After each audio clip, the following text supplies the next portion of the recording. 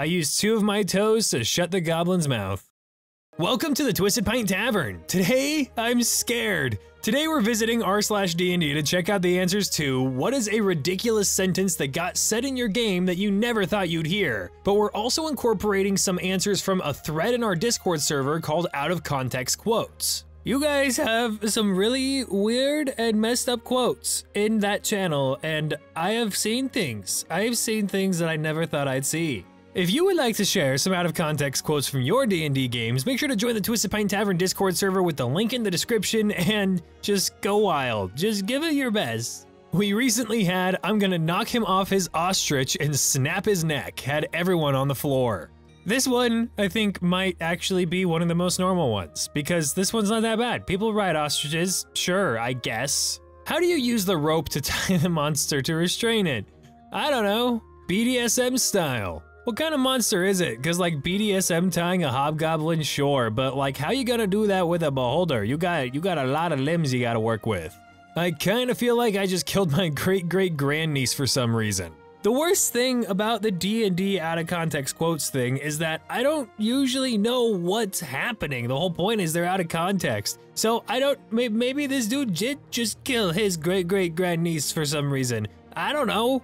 Wait, we just teleported that guy hundreds of miles from his home with no way to get back. He's a noble, he's got money, he'll be fine. He would have money, but he was naked when you turned him into a turtle and threw him through the tree. Oh. Yeah, it doesn't really matter how rich you are if you don't have any of that wealth with you. And being a naked turtle kind of implies no wealth. Paladin, it's okay, I can take that many. Warlock, Imp, and DM at the same time. 6? This one's, well, it's one of mine, but I'll leave it up to you to determine what the Paladin is talking about. Heads up, in 2 minutes we'll be doing our hourly toilet god prayer. Thanks for the reminder, I didn't realize it was almost toilet god prayer time. Cleric, the children will have to go on a death march. The upside is some will live. Orc fighter. The upside is some will live. Some, that's good, it's better than none. Dick first into Oblivion. I don't know if it's like bard mentality or just D&D in general, but it's fitting, it fits. I don't know, roll a stealth check for the chicken. Hey, sometimes chickens need to make stealth checks, dude, you don't know. Why don't we let them have a civil war? You know, I'll be honest, I have instigated civil wars in D&D games before. This one actually is a little more relatable. I pour out a cold one in memory of my ass. This is the second time in this campaign that someone has taken off their pants for plot-related reasons. You never know when you'll need more crazy juice. Things were a lot simpler when it was just a dead cat. I can understand not wanting to fight this thing sober, but please stop drinking and kill it already. Please tell me that this is all from the same encounter. This is all the same dialogue. It's not like multiple different quotes. I like to imagine this is all just one run. The centaur cleric rides the turtle monk down the side of the snowy mountain like a snowboard. Well, I mean, the dude's got that shell. What do you expect? He's a perfect snowboard. It's not a war crime if they don't find the bodies. Actually, I'm pretty sure that is one of the things that makes it a war crime. So to preface this, we've spent the last third of this entire campaign being sent to various caves to find walls made of specific crystals. Walls have been playing a very big role in this campaign. So on this journey, we're in a desert and come across instead a floor of the stuff. The DM described it as smooth, without any sand, and purple. I, in surprise and realization, go, oh, so like a horizontal wall. The whole rest of the party just about fell over laughing. One of my friends was literally crying with hilarity. So yeah, I'm now the horizontal wall girl. Great. I could be wrong, but do I spot context in the out of context quotes? But to be fair, I do think it's a little necessary for this because otherwise horizontal wall girl wouldn't have the same ring to it. So the weather's bisexual, got it. If by bisexual you mean could go either way at any given time, then I think you mean Midwestern weather. I'd be happy to be my sword's therapist. No, you wouldn't. Don't do that. If your sword needs a therapist to begin with, it's probably a bad thing. Sentient evil blades can't be fixed. You can't look at an evil sentient sword and say, oh, but I can fix him. No, you can't. No, you can't. Warlord, I grab the mounted Minotaur's horns and try shoving it in the gas leak hole. The gas leak hole? I hope that doesn't mean the first thing that came to mind. Player, do you sell arrows that aren't for killing people? NPC, sir, these are for hunting. Look, I think what he meant is arrows that aren't meant to just kill things outright, but bro, by saying people in that sentence, I think you might have tipped your hand a little bit. I used 2 of my toes to... it didn't take long, and here we are at feet. I used 2 of my toes to shut the goblin's mouth. My bard seems to be a common source of strange quotes in my current game. Some highlights include, God damn it, he has a wife. For now. Why am I an improvised weapon? Do curses, like, stack, or does this override the previous one? Probably for the best that I'm the one being thrown at my allies. I only weigh like 80 pounds. God damn it, he has a wife for now is something that comes up a lot, that mentality, and I want you guys to know that that is like first-degree murder, what you're talking about. That is crime. How much HP does a baby have? That got shut down real quick. A baby has as much HP as I need the baby to have to not let you be a child murderer. How about that? I throw him a friendly axe. Since then, all our throwing weapons are friendly. Oh no, man, I'm not trying to hurt you, dog. Look at this hand axe. It's so friendly. It just wants to give you a hug.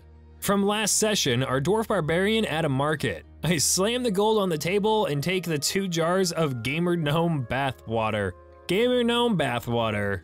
How much gold did you pay for Gamer Gnome bathwater? And why gnome bathwater? The chicken wasps can disarm the mud trap. Chicken wasps is something I did not need in my life. That image did not need to be presented to me, and yet here we are, imagining chicken wasps. And oddly, they just look like Beedrill in my head. Okay, so your raptor attacks and eats an entire litter of puppies. Roll for initiative. Still proud of my wife for that one. You're proud of your wife for having her raptor eat a litter of puppies? That's evil. Like that's beyond chaotic evil. Like Tiamat, Strahd, Sararak, all of them, none of them would eat a litter of puppies. That's not true, they probably would. I'm going to very carefully take the chicken out of the cannon. What's with the chickens? What do you guys have with chickens? And why are you shooting them out of cannons? I mean, okay, it's a somewhat funny image, I get it. No, I take it back. I might shoot a chicken out of a cannon in D&D. Now we have to find someone to give us all spider abortions. Okay. I interrogate the teapot. I'm imagining that this is like Beauty and the Beast, but D&D, and you're trying to interrogate Miss Potts, and bro, I feel like she's got the iron will of a trained soldier. You're not getting anything out of interrogating her. For clarification, corpses are always considered improvised weapons. The thing is, this is a correct ruling according to D&D 5e. No, you cannot throw a large chicken at God. Again, with the chickens, and I mean, bro, you gotta have quite the arm to throw a chicken at God. Now that you've successfully allied yourself with the Bean Hut, is the Bean Hut just like a coffee shop in Waterdeep or something, and now you've like enlisted them to help fight the Goblin Menace or something? That sounds oddly entertaining, actually. Roll to give the dragon a manicure. Also, please don't mess up, because not only are they not paying you, but they will eat you if you fail. I don't know, do horses possess a concept of time? Look, I don't know where I draw the line on animals' time awareness. I'm assuming if you have any degree of intelligence, you at least know like day-night cycles. But I think if you talk to a horse and you're like, hey, yo, how many days ago was this? The horse might not know, I don't know.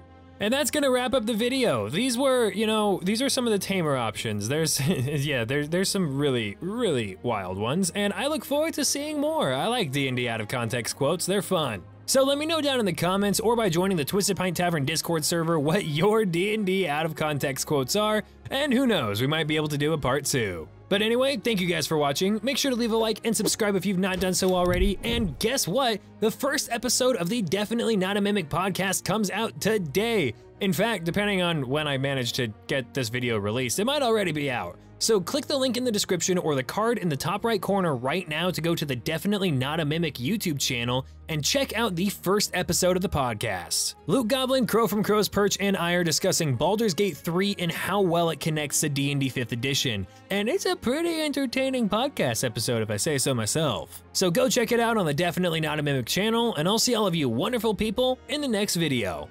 Curse of Schlong, there it is. I just opened the D&D out of context quotes channel in the Discord server, and boom, there it is, Curse of Schlong. It was only a matter of time.